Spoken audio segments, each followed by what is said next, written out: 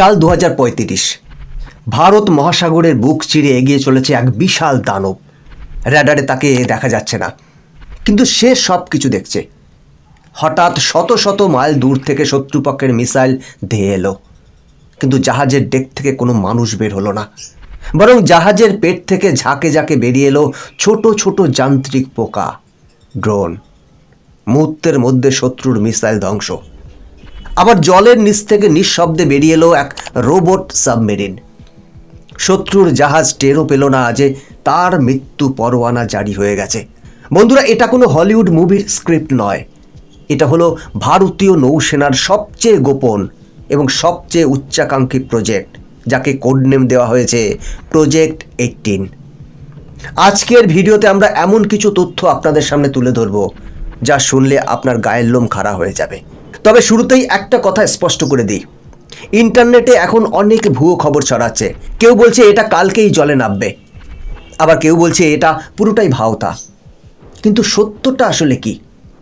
কেন চীন এই প্রজেক্ট 18-এর নাম শুনলেই অস্বস্তিতে পড়ে যাচ্ছে?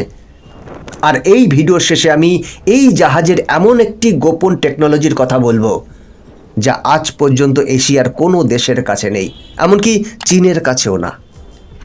সেই গোপন তথ্যটা জানার জন্য ভিডিওটি অবশ্যই শেষ পর্যন্ত দেখতে হবে। বন্ধুরা, সমস্ত বিষয়টা জানতে পারবেন আজকের এই ভিডিওতে, ডিটেলে আলোচনা করব, তাই সাথে থাকুন। নমস্কার, আমি গৌতম আছি আপনাদের সাথে, আর আপনারা দেখছেন পঞ্চনামা উইথ ফ্যাক্ট। তাহলে চলুন দেরি না করে ভিডিওটি শুরু করা যাক। সবার আগে একটা জরুরি প্রশ্নের উত্তর দিই, জানিয়ে সোশ্যাল মিডিয়ায় তুমুল তর্ক চলছে। এটা কি সত্যি হচ্ছে নাকি পুরোটাই রাজনৈতিক গিমিক? দেখুন, আমরা হাওয়ায় কথা বলি না।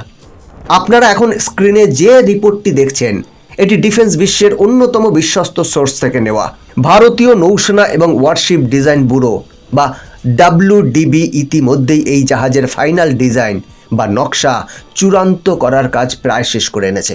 তবে হ্যাঁ, একটা কথা খুব পরিষ্কারভাবে মাথায় ঢুকিয়ে নিন, এই জাহাজ কাল বা পরশু তৈরি হয়ে যাবে না।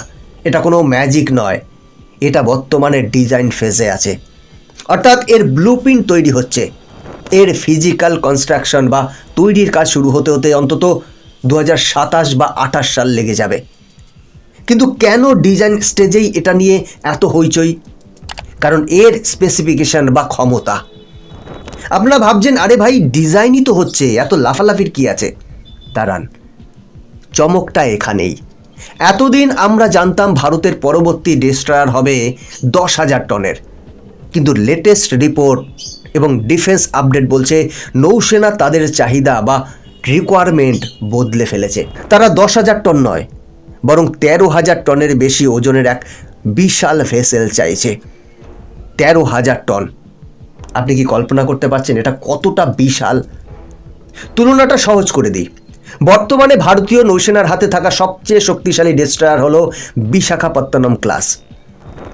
এর ওজন মেরে কেটে 7,400 টন, আর প্রজেক্ট 18 হতে চলেছে 13,000 থেকে 14,000 টন, অর্থাৎ সাইজে প্রায় দ্বিগুণ।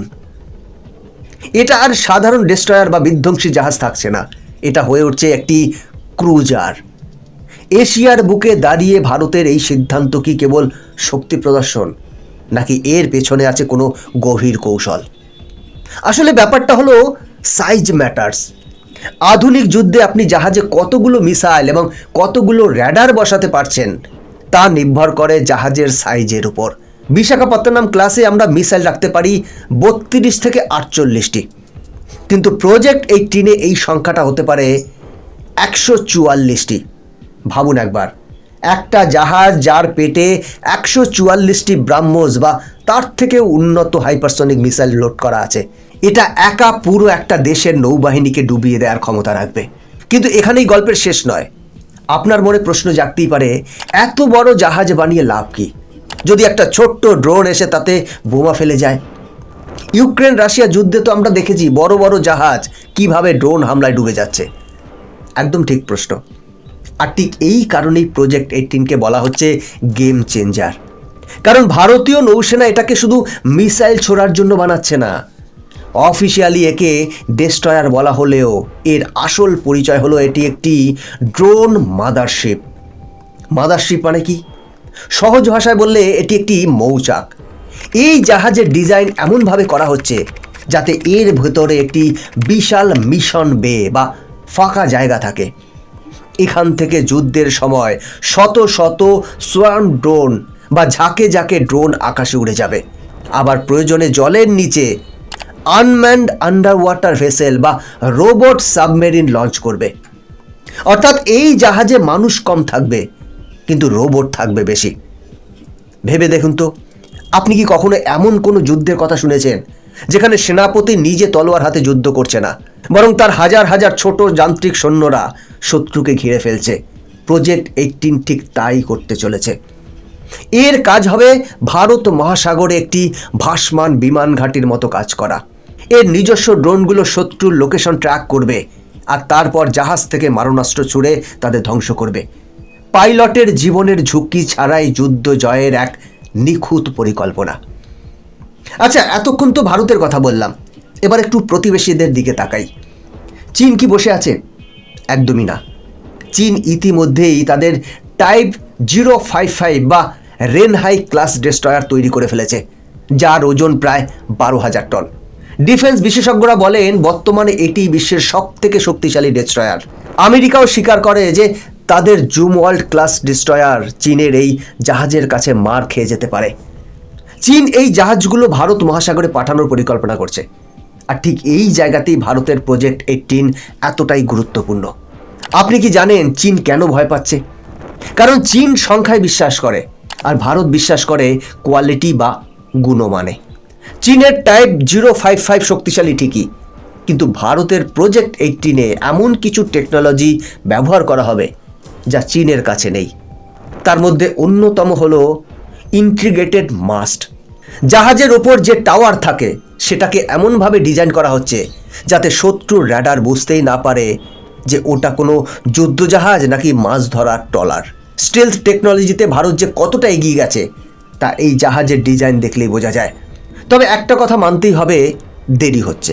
হ্যাঁ, স্বীকার করতে লজ্জা নেই যে আমাদের ডিফেন্স প্রজেক্টগুলো অনেক সময় ধীর গতিতে চলে, কিন্তু এই ধীর গতির একটা পজিটিভ দিক আছে।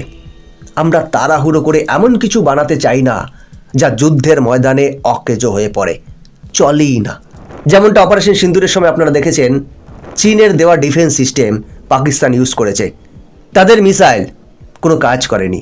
এটার জন্যই ভারত সময়কে গুরুত্ব দেয়, কোয়ালিটিকে গুরুত্ব দেয়, কোয়ান্টিটিকে নয়। ডিআরডিও এবং নেভি জানিয়েছে এই জাহাজে সম্পূর্ণ দেশীয় প্রযুক্তিতে তৈরি ইউনিভার্সাল ভার্টিক্যাল লঞ্চ সিস্টেম থাকবে। অর্থাৎ এই জাহাজ থেকে যেমন ব্রাহ্মস ছোড়া যাবে, তেমনি আকাশ প্রতিরক্ষা মিসাইল বা অ্যান্টি সাবমেরিন রকেটও ছোড়া যাবে। এখন প্রশ্ন হলো, এই জাহাজ কবে আসবে? 2027 সালে এর কনস্ট্রাকশন শুরু হলে প্রথম জাহাজটি নৌসেনায় যুক্ত হতে হতে 2032-33 সাল হয়ে যাবে। অনেকে বলেন, ওরে বাবা, এত দেরি। কিন্তু বন্ধু, রোম একদিনে তৈরি হয়নি, আর 13,000 টনের একটি ভাসমান শহর তৈরি করতে সময় তো লাগবেই। মনে রাখবেন, আমরা কোনো ছোটোখাটো টহলদারির জাহাজ বানাচ্ছি না, আমরা বানাচ্ছি সমুদ্রের সম্রাট। ভিডিও শুরুতে আমি একটা গোপন অস্ত্রের কথা বলেছিলাম, মনে আছে? বলেছিলাম ভিডিওর শেষে বলবো। সেই সময়টা চলে এসেছে। প্রজেক্ট 18-এর সবচেয়ে বড় চমক বা সিক্রেট ওয়েপেন কোনো মিসাইল নয়, কোনো ড্রোনও নয়।